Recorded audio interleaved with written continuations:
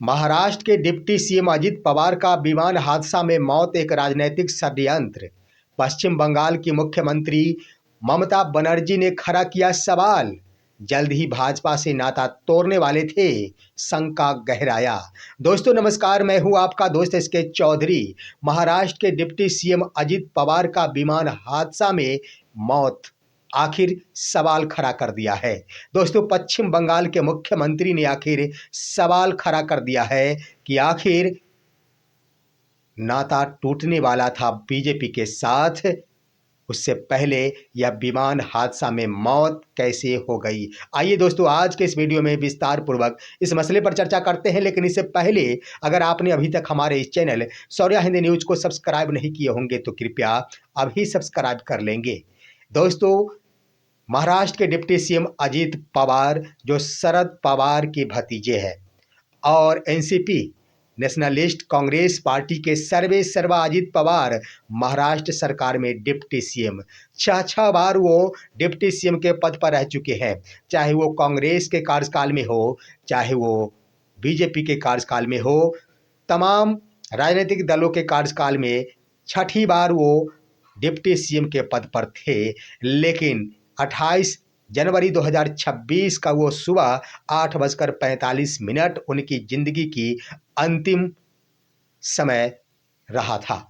दोस्तों उस समय आखिर भयावह की स्थिति बनी जब आखिर विमान हादसा हवा में नहीं, जमीन पर लैंडिंग के दौरान विमान हादसा एक सवाल खड़ा कर दिया कि आकाश में रहते आखिर दुर्घटना ग्रसित नहीं हो पाया वो विमान, लेकिन उतर जाने के बाद आखिर कैसे 5-5 धमाके हो गए, कैसे रनवे पर उतरते ही आग के गोलों में बदल गए वो विमान जो निजी विमान था अजित पवार का। आइए दोस्तों इस पर आखिर ममता बनर्जी पश्चिम बंगाल के मुख्यमंत्री ने सवाल खड़ा कर दिया है। दोस्तों इसके क्रम में आखिर ममता बनर्जी पश्चिम बंगाल की उन्होंने सवाल खड़ा करते हुए कही है कि मुझे सोशल मीडिया के माध्यम से यह स्पष्ट हुआ, ये जानकारी मिली थी कि अजित पवार का रिश्ता महाराष्ट्र में भाजपा के साथ टूटने वाला है। यानी उनका कहना है कि बीजेपी के साथ गठबंधन टूटने वाला था, महाराष्ट्र में सरकार पलटने वाली थी महाराष्ट्र में, और इससे पहले यह हादसा हो जाना कुछ न कुछ जरूर संकेत देता है। ममता बनर्जी ने स्पष्ट ही मीडिया के सामने कह डाली है कि इसके लिए मैं जांच की मांग करती हूं और सुप्रीम कोर्ट के निगरानी में इसकी जांच होनी चाहिए कि आखिर कैसे यह विमान हादसा हुआ। दोस्तों विमान हादसा के बारे में मैं बता देना चाहूँगा कि आखिर यह हादसा आश्चर्यचकित जरूर करता है व्यक्तियों को, क्योंकि लैंडिंग के क्रम में पहली बार नहीं दूसरी बार लैंडिंग हुआ वह विमान।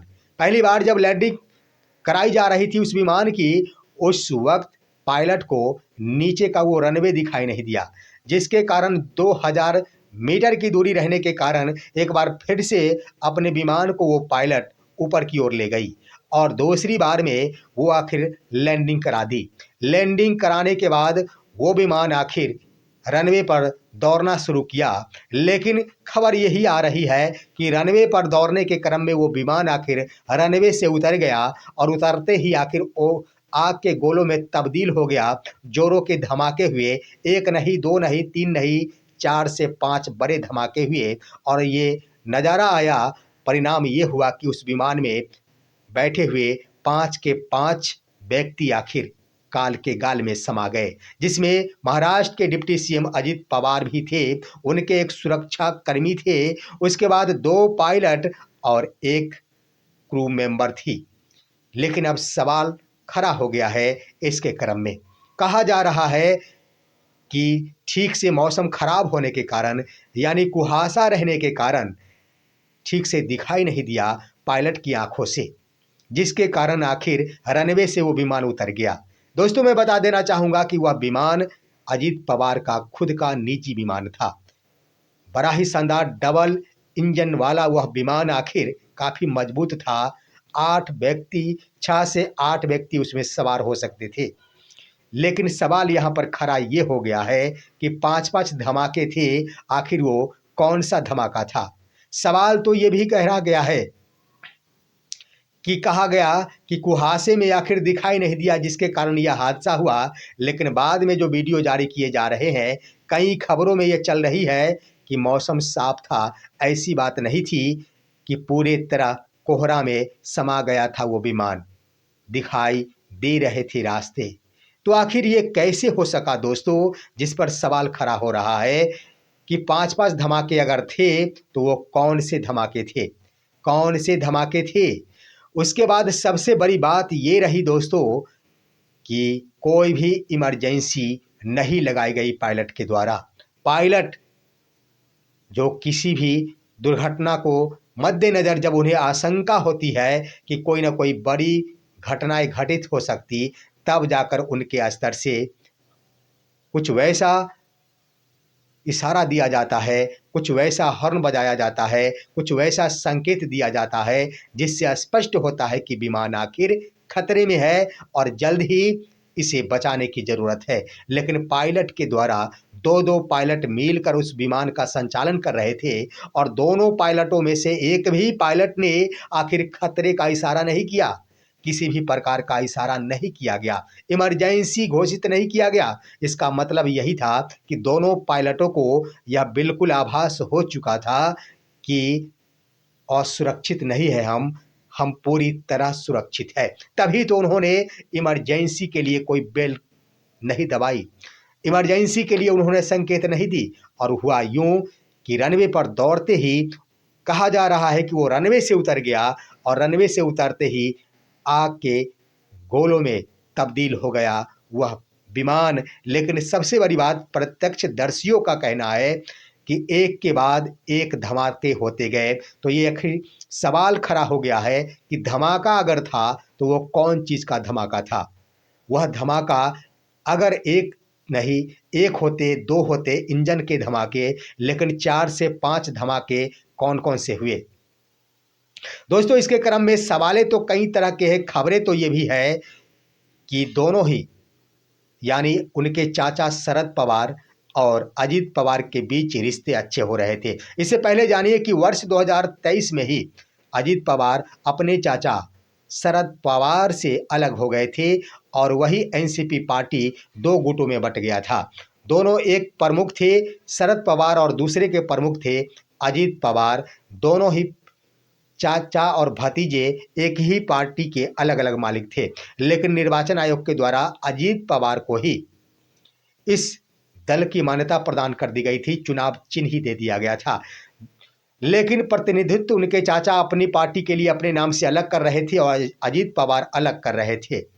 लेकिन इसी बीच जानिए दोस्तों कि चाचा और भतीजे में रिश्ते भी निकटता की तरफ आ गई थी। नगर निगम महापौर का चुनाव जो मुंबई में लड़ा गया, वह दोनों चाचा भतीजा मिलकर एक साथ मिलकर चुनाव लड़े थे। खबर तो ये भी है कि 10 दिन पहले ही बड़े-बड़े लीडर, दोनों ही दलों के चाचा और भतीजे के बड़े-बड़े लीडरों ने आपसी बैठक की थी और आपसी बैठक में यह निर्णय हो चुका था कि अब दोनों दल एक साथ ही रहकर काम करेगी। यानी कहने का अर्थ ये है कि उस समय यह निर्णय ले लिया गया था कि अजित पवार के नेतृत्व में ही उनके चाचा के तमाम नेता और अजित पवार के यानी एनसीपी दोनों गुटों के नेता एक हो जाएंगे, एनसीपी एक हो जाएगी। लेकिन इसी बीच आप देखे होंगे तो 2 दिन पहले की यह खबर कि आखिर अजित पवार के द्वारा बयान दिया गया था कि सबकी फाइलें हमारे पास में है।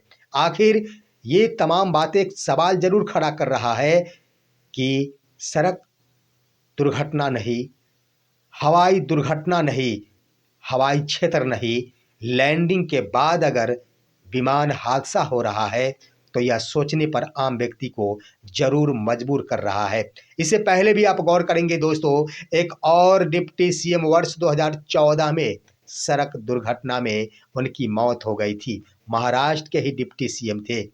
उसके बाद वर्ष 2026 के वो 28 जनवरी की तारीख आखिर महाराष्ट्र डिप्टी सीएम के लिए अंतिम रहा। तो इस तरह से सवालों के घेरे में आखिर नागरिक विमानन विभाग आ गया है।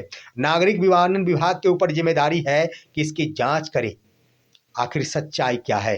हालांकि अजित पवार के चाचा शरद पवार ने कहा है कि यह कोई षड्यंत्र नहीं है, यह पूरी तरह एक हादसा है, इस पर राजनीति न किया जाए।